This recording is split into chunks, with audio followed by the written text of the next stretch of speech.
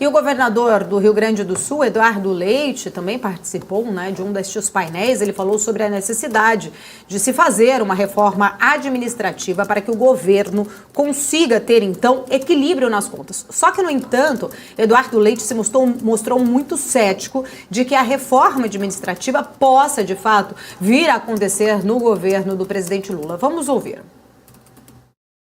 Eu defendo, né, que uma reforma tributária viesse acompanhada de uma reforma administrativa que significasse redução dos custos da máquina pública. Mas a verdade é, vamos falar a verdade, não temos nenhuma expectativa que venha uma reforma administrativa consistente, robusta, sob uma administração do Partido dos Trabalhadores. Aqui não é um ataque de nenhuma maneira, simplesmente porque, do ponto de vista ideológico, programático do Partido dos Trabalhadores, entendem que se o Estado gasta mais, se o Estado for maior, ele induz o desenvolvimento. É uma outra visão do ponto de vista econômico, do papel do Estado e do tamanho que o Estado deva ter. Eu defendo um Estado mais enxuto, que não é ausente, que se faz presente a partir de regulação, de fiscalização, mas que faz concessões, que privatiza, né? E que tem uma maior racionalidade da estrutura administrativa e sem privilégios para determinados grupos de servidores públicos em qualquer um dos poderes. Então, era importante que viesse uma reforma administrativa. Como a gente sabe que isso não virá sob um governo do PT, nós não podemos ficar atrasando a reforma tributária. Então, temos que avançar na reforma tributária, mesmo que não venha essa reforma administrativa. Outro componente que acaba gerando uma expectativa de eventualmente ter um tributo maior são as tantas exceções que vão sendo colocadas. Naturalmente, num momento como esse, lobby é feito por vários setores econômicos que, assim, estão defendendo o seu ponto de vista, do seu interesse. E aí cabe à classe política resistir a essas pressões, porque quanto mais regimes especiais existirem, mais pesado vai ser para quem não é especial, que é a maior parte das pessoas.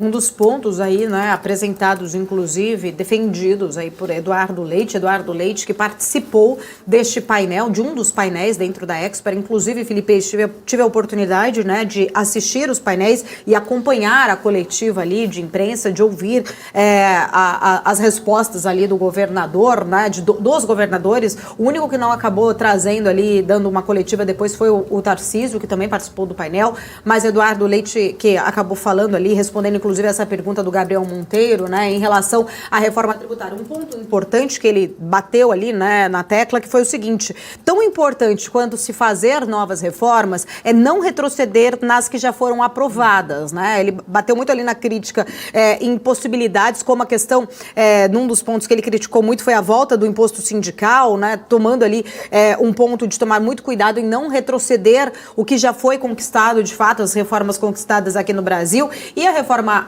tributária, que vai ganhar ainda uma grande discussão agora no Senado. Inclusive, ele que participou, vários governadores participaram, né, na semana passada de um encontro junto com o presidente do Senado, com o Rodrigo Pacheco, para discutir agora os próximos passos. Há um ponto muito sensível nessa discussão, né, que precisa ser levado à frente, que é a questão do fundo deliberativo e do conselho, né, na verdade, também que se forma ali com os representantes de cada estado. Ainda tem muitas discussões para acontecer, e ele foi muito enfático em dizer, né, que seria fundamental, além de uma reforma tributária, ter uma reforma administrativa, né, olhar mais justamente para a eficiência, né, da máquina pública, né, se esses gastos, de fato, eles são necessários e se poderia se fazer. Ele não acredita, foi muito cético em dizer que não acredita que essa reforma administrativa, por mais que Arthur Lira esteja empenhado, por mais que a Câmara sinalize que esteja empenhada ali em fazer essa reforma administrativa, ele é muito cético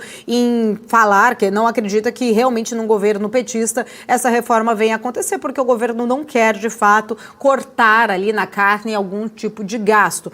Mas o mais importante, né, que acho que é um ponto importante ali na fala dele, é muito preocupado em não retroceder no marco do saneamento, no decreto, inclusive, né, do próprio presidente da República, que tentou retroceder esse marco do saneamento. Ele cita isso, ele fala que é preciso garantir novos avanços e tomar muito cuidado para não dar passo atrás. A reforma tributária solta é importante na visão dele ali, mas que é preciso tomar muito cuidado ainda para também não tomar ali algumas medidas por pressão, principalmente de lobby de alguns setores, enfim, né, como a gente sempre fala aqui, as exceções pesando muito muito para a reforma tributária. Há uma grande preocupação ainda dos governadores sobre os próximos passos que vão se desenhar ali na reforma tributária. Pois é, Paulo, até porque os governos estão muito preocupados com essa questão de arrecadar, ir para Brasília a arrecadação e retornar para os estados, né? Eles perdem a capacidade de entender exatamente e projetar exatamente quanto que vai ser a arrecadação para poder moldar, né, todos os gastos dos governos estaduais e dos municipais também, que acabam ficando à mercê, né, de toda essa situação do Conselho Federativo, que ainda precisa ser muito bem desenhado antes de colocar em prática. Claro que tudo isso está sendo debatido no Senado, mas a gente vê também que houve uma reunião do senador Rodrigo Pacheco com governadores e muitos dos governadores não participaram. Então acaba ficando parecendo, ou pelo menos dando a entender, que existem ainda algumas rixas, algumas rusgas entre executivo e legislativo, principalmente o executivo estadual e municipal, que acabam deixando, né, transparecer nessa falta de articulação, falta de conversa. Sobre a reforma administrativa, que muito bem o Eduardo Leite comentou, e você também, Paulo, é interessante destacar uma entrevista que o Arthur Lira deu para a revista Veja, falando que ele trabalha para aprovar a reforma administrativa até o fim do ano.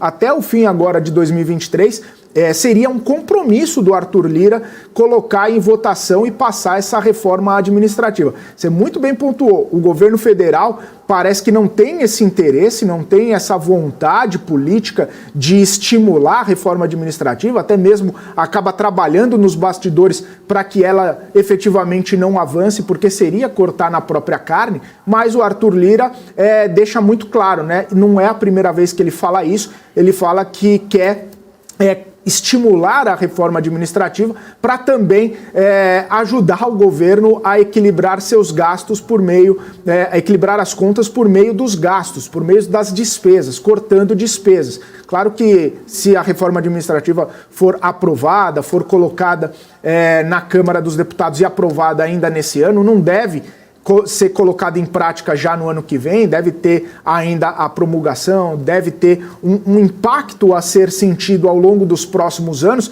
mas acaba sinalizando, pelo menos para o mercado financeiro, esse ímpeto de equilibrar as contas públicas por meio das despesas, já que o grande intuito, né, e que foi colocado por meio do arcabouço fiscal e por meio desse orçamento desse ano, de aumentar a receita. Quanto mais aumenta a receita, mais busca formas de aumentar a receita, mas ainda não tem um olhar tão aprofundado do governo federal a respeito dos gastos. E é justamente isso que o Arthur Lira quer colocar. E ele destaca, inclusive, né, que o texto dessa reforma, que ele está buscando articular e colocar em votação, ele mantém a estabilidade dos servidores públicos, mas prevê demissão por uma avaliação negativa de desempenho. E ainda prevê redução de jornada de trabalho, redução de salário também, reduzindo jornada, o que poderia ajudar nos gastos públicos em algum momento, Paula. Inclusive, Felipe, neste painel, né, também participaram ali do painel os governadores de São Paulo, Tarcísio de Freitas, do Republicano, também tivemos ali o governador do Pará, que participou, o Helder Barbalho, o do Piauí, Rafael Fonteles. Eles acabaram, inclusive, né, debatendo ali bastante pontos, vários pontos específicos sobre as reformas, sobre a economia, e o próprio governador de São Paulo, durante este evento, o Tarcísio de Freitas, ele reiterou a intenção, então, de privatizar a Sabesp. Ele afirmou que isso vai, sim, viabilizar cerca de 10 bilhões de reais adicionais para o saneamento do estado aqui de São Paulo. Destacou que o investimento privado pode reduzir em 4 anos o prazo para se alcançar a meta de saneamento universal em São Paulo, que está programada para 2033. Tarcísio assegurou ainda que a privatização vai acontecer e sugeriu que a venda deve ocorrer no primeiro semestre de 2024, seguindo o modelo de diluição da participação estatal, como aconteceu no caso da Eletrobras.